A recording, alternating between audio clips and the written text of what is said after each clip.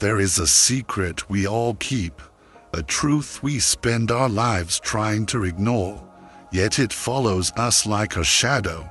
One day, this body will stop working, this breath will cease, and this world we know will go on without us. We know this is natural, so why does the thought of it fill us with such a profound and primal fear? What if the answer isn't what we think it is? What if the greatest fear of your life is based on a case of mistaken identity? We are terrified of losing the I at the center of our universe. But what if the Buddha's most profound teaching wasn't a comforting story about the afterlife, but a radical invitation to investigate who or what this I truly is? The answer might not just change how you see death, but how you live your life. For millennia, the greatest minds have tried to solve the riddle of death. Philosophers have used logic, religions have offered faith, but still, deep down, the fear remains. But what if the key to unlocking this fear wasn't a belief you had to accept, but a way of seeing reality so clearly that the fear simply dissolves on its own? 2.500 years ago, the Buddha offered not an answer, but the path. Take a moment and really think about this. One day, our bodies will stop working. This isn't a belief. It is a fundamental fact of our existence. Just as the sun rises and sets, just as the seasons turn, life begins and it ends. But if death is such a natural part of the cosmic dance, why do we fear it so intensely? This fear, you'll notice, goes far beyond the simple cessation of the body. It touches something much, much deeper within us. We are afraid of what comes after.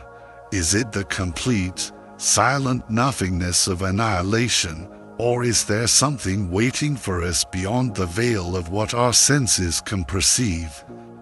And what about everything we hold dear?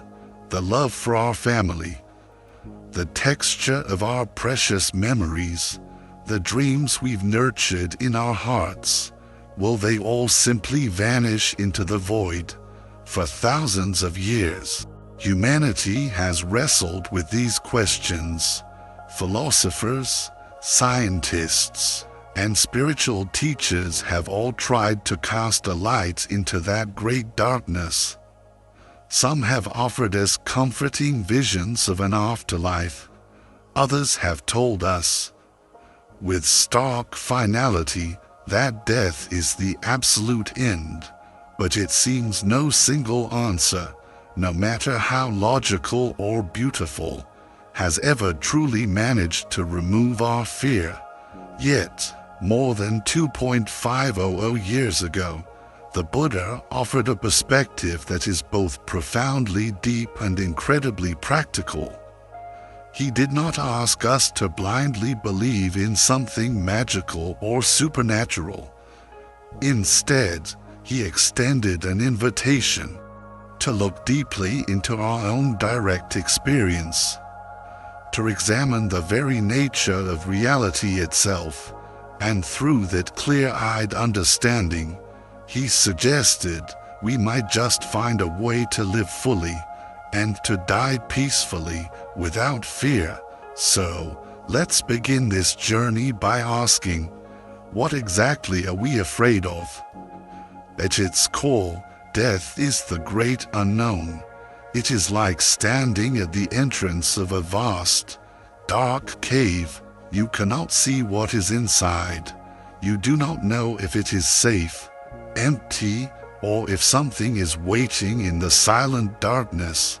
And that profound uncertainty, that not knowing, is a breeding ground for fear.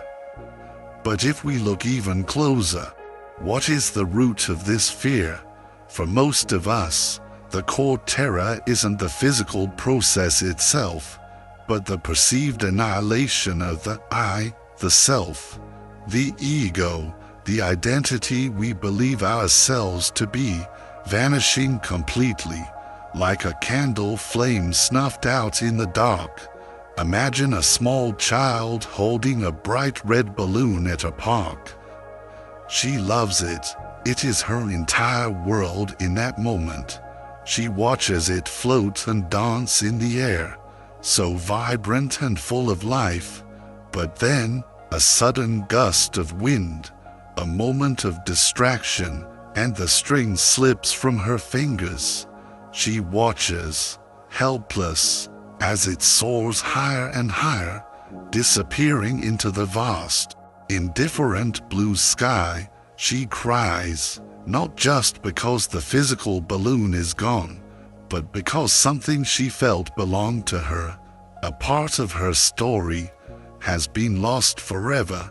In much the same way, we hold on tightly to our sense of self, our identity, our memories, our accomplishments, our roles in life. We fear that when death comes, all of it will slip away, just like that balloon lost to an endless sky. This fear is not new. The ancient Greeks tried to reason their way out of it. The philosopher Epicurus once famously said, "Death is nothing to us. When we are here, death is not. When death is here, we are not." It sounds perfectly logical, doesn't it, if we do not exist to experience the state of being dead? Then why on earth should we fear it? And yet, as you've probably noticed in your own life, logic alone rarely quells a deep emotional fear.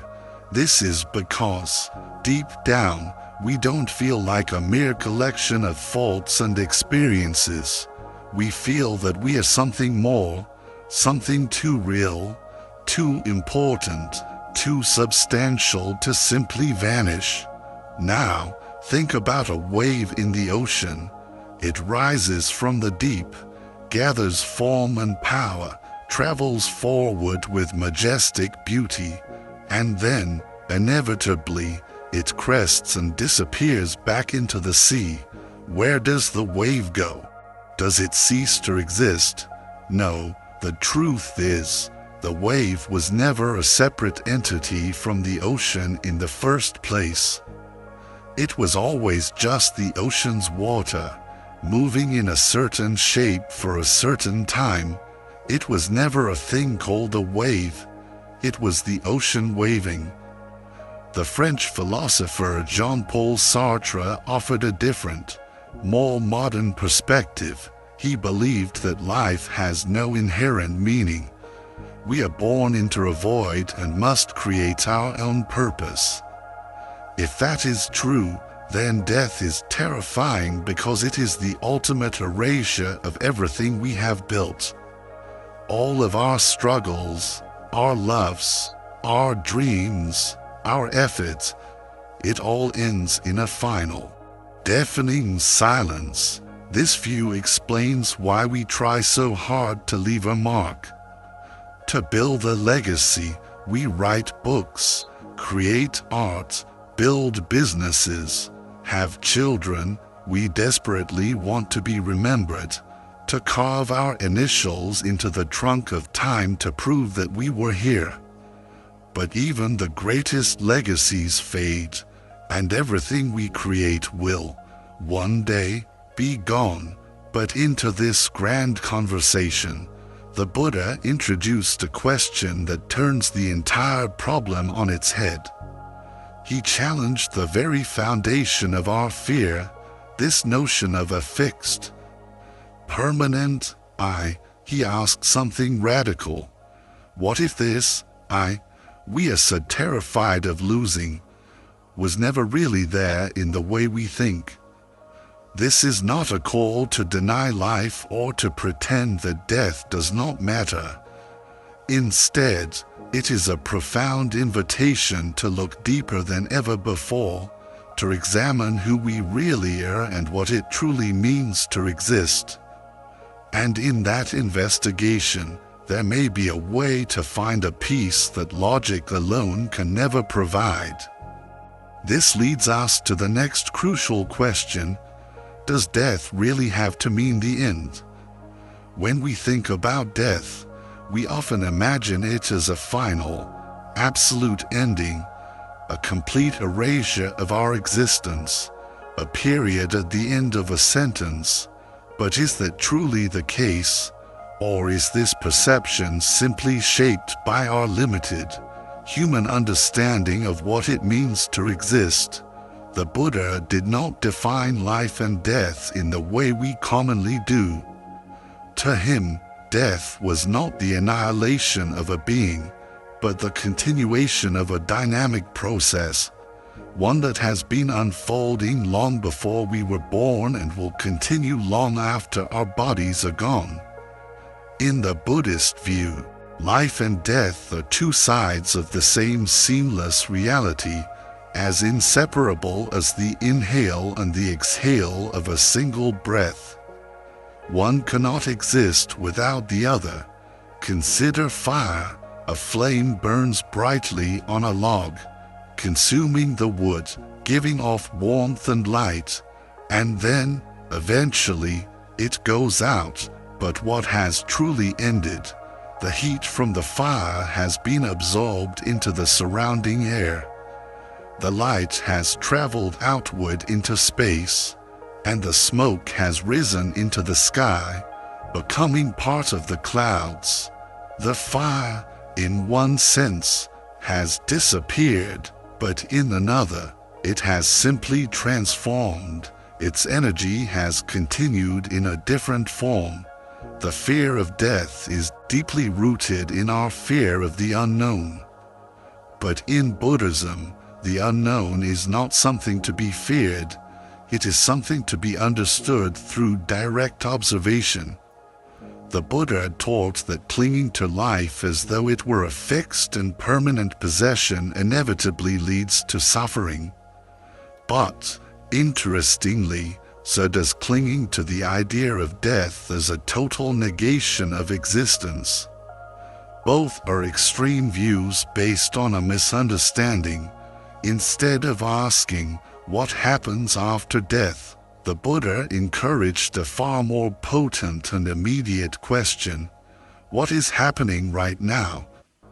By focusing our attention on the present moment, we can directly observe the constant, shimmering flux that is life and death, happening simultaneously.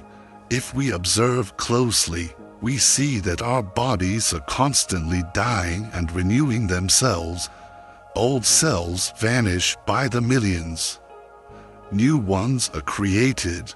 Our minds, too, are in constant, ceaseless motion. Thoughts arise, linger for a moment, and pass away. Emotions come and go like weather patterns. Just as a river is never the same river from one moment to the next. Yet we still call it the river. So too is our existence the continuous, unbroken flow. We can see this dance of impermanence everywhere if we just choose to really look. The seasons shifting, the leaves changing color and falling to the ground. Even in our modern technology, we get a new phone, and not too long after, a newer, better model comes out, rendering ours obsolete. This process of arising and fading is not something that tragically begins at the moment of our death. It is the fundamental rhythm of the universe, happening in every single moment of our lives.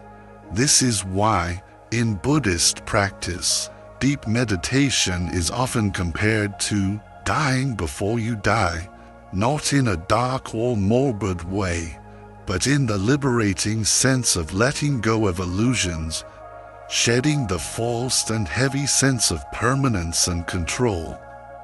Those who have truly understood this through their own experience often face death with a profound peace. This peace comes not because they have found some secret certainty about an afterlife, but because they have seen through the grand illusion of an absolute beginning and an absolute end.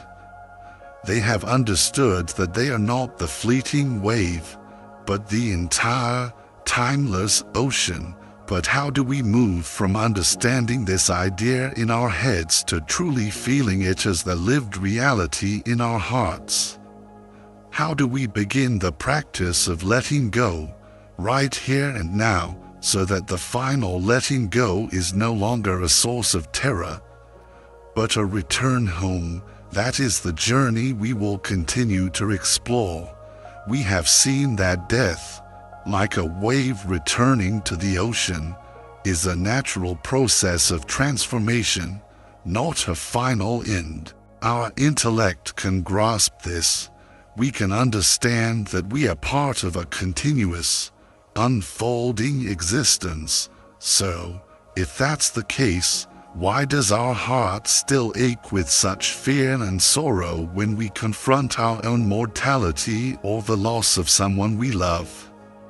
The Buddha's answer to this is incredibly direct and cuts to the very core of the human experience. He taught that the problem isn't death. The problem is how we are living.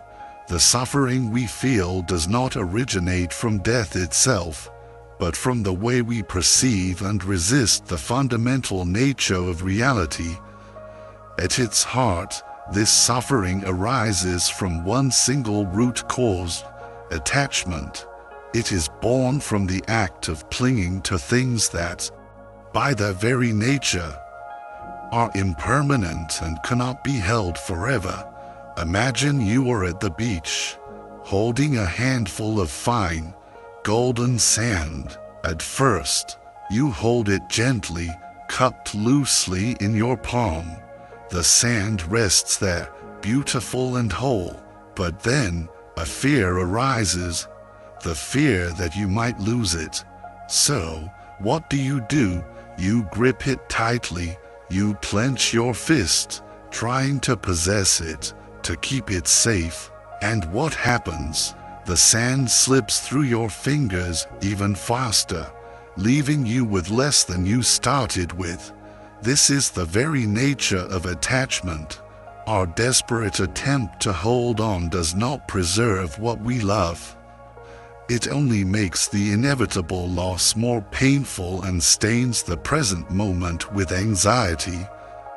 Death is the universe's great, unflinching mirror. It doesn't show us a monster waiting in the darkness. It simply and clearly shows us everything we are desperately clinging to.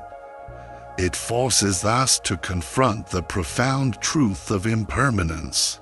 It reminds us that everything we cherish, our youth, our health, our relationships, our successes, even our very identity, is part of a transient, flowing reality. And because we spend our lives building the illusion that these things are solid and permanent, we suffer when that illusion is shattered. Some of us try to avoid thinking about death altogether, distracting ourselves with endless work, entertainment, or ambitions. Others try to bargain with it through belief, hoping for a guaranteed afterlife that will preserve their current identity forever. But no matter how much we avoid or deny it, death remains the one undeniable truth of our existence. However, and this is the crucial point, suffering does not come from the fact of death itself. It comes from our deep-seated refusal to see things as they truly are. When we believe, against all evidence, that our existence should be permanent, that love should never end, that our bodies should never fail, we create a set of expectations that reality simply cannot fulfill. And when the wave of reality inevitably crashes against the fragile sandcastle of our expectations, we feel pain, As the Buddha said, all conditioned things are impermanent. When one sees this with wisdom, one turns away from suffering. Buddhism teaches that the way to reduce our suffering is not to avoid or defeat death, but to understand it so deeply that it loses its power over us. When we truly see that everything is in a constant state of flux, not just as an intellectual theory, but in our direct, moment-to-moment experience, we naturally begin to loosen our grip. We realize that just as a flower blooms and inevitably withers, just as the seasons turn, so too do we, and when we stop fighting and resisting this natural, beautiful flow, our suffering begins to fade. This does not mean we should become indifferent or emotionless. It is natural and human to grieve when someone we love passes away. It is natural to feel sadness when facing a great loss. But in the Buddhist understanding, there is a profound difference between pain and suffering. Pain is the natural, unavoidable part of life. It is the clean, sharp wound of reality. The rain falls, a friendship ends, a loved one is gone. That is pain. But suffering is the second arrow, the one we shoot into ourselves. Suffering is the story we tell about the pain. This shouldn't have happened. I can't live without them. It's not fair. It is the extra, heavy weight we add to our experience when we refuse to let go. So, why do we suffer so much in the face of death?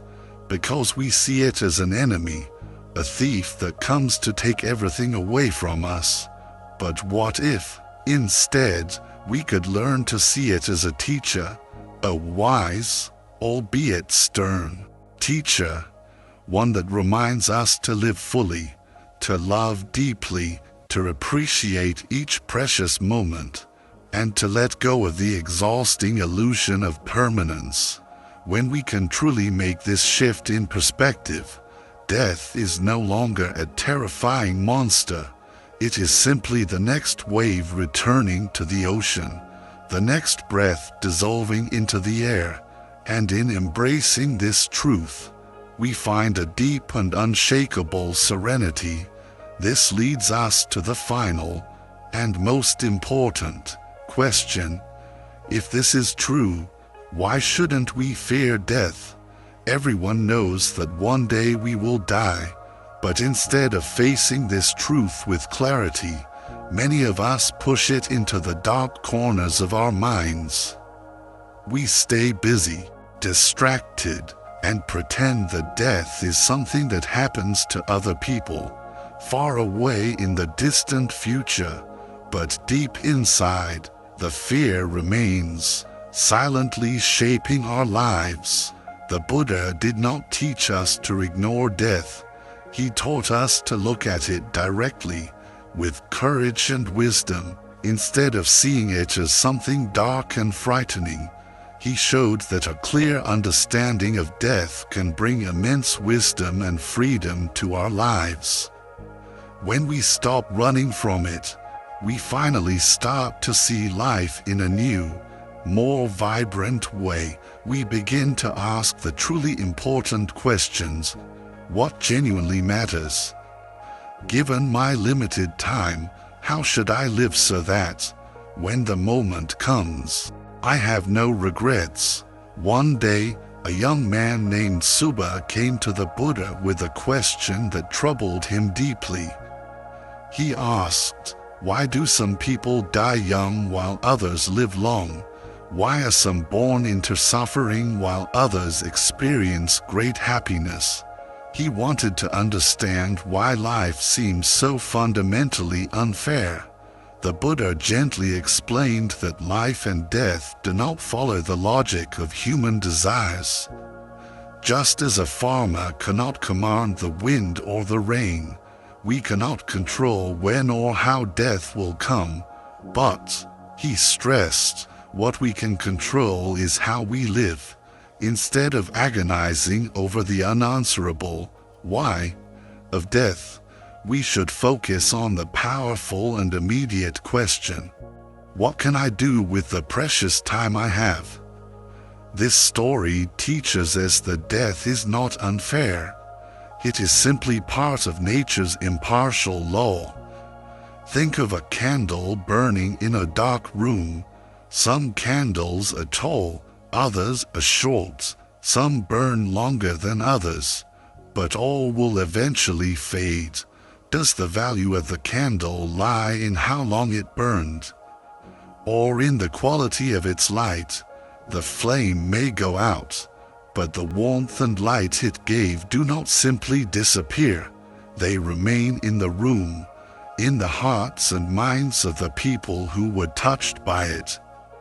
In the same way, our bodies may pass, but the kindness, wisdom, and love we share continue on in ways we may never fully see. So, how should we live, knowing that we will die? The Buddha's answer is beautifully simple. Embrace the present moment. Cherish each breath. Find joy in the everyday. Live with intention and compassion. Do not wait until tomorrow to appreciate the people around you. Do not waste this precious, unrepeatable life in anger, greed, or regret. Every moment is precious, not because it will last forever, but precisely because it won't. When we truly, deeply accept impermanence, we stop clinging to things that cannot possibly stay. We learn to enjoy life as it is, a beautiful, flowing, ever-changing river, without the constant fear of losing it. This does not mean we ignore grief or pretend we do not feel sadness. Pain is natural, just as it is natural for clouds to bring rain, but the suffering that comes from resisting reality begins to dissolve. The Buddha once said, "Neither in the sky, nor in the middle of the ocean, nor in the deepest mountains is there a place where one can escape death." Trying to avoid the inevitable only fills our lives with anxiety, but when we understand it and accept it, we finally begin to live without fear. Imagine waking up each day without that low-level hum of dread about the future. Imagine living each moment without being haunted by regrets about the past. When we stop fearing death, we start truly appreciating life. We see the profound beauty in small things, the sound of the wind, the warmth of the sun, the kindness of a stranger. We focus on what truly matters. Impermanence is not a curse to be feared, but a constant, sacred reminder of the preciousness and beauty of this life. And when our time comes, we can meet that moment not with terror, but with peace. We understand that just as the sun sets only to rise again somewhere else, just as the river flows without stopping, so too does the great unfolding of existence continue. And when we understand this, we are no longer trapped by fear. We can accept the natural rhythm of change with a calm and open heart. By understanding death not as a terrifying ending, but as a natural part of the continuous flow of existence, we can finally begin to live fully, fearlessly, and with profound gratitude for the precious gift of every single moment. If this journey of understanding has opened a new perspective for you, and if you wish to explore more of this timeless wisdom for living a fearless life, I warmly invite you to continue the journey with us. Subscribe to our channel and become part of a community dedicated to finding clarity, peace, and meaning in a complex world. Your support allows us to continue creating content like this, and please, share in the comments what insight from this exploration resonated with you the most. Thank you for being here. May you live each day with appreciation, and may you walk your path with a peaceful heart.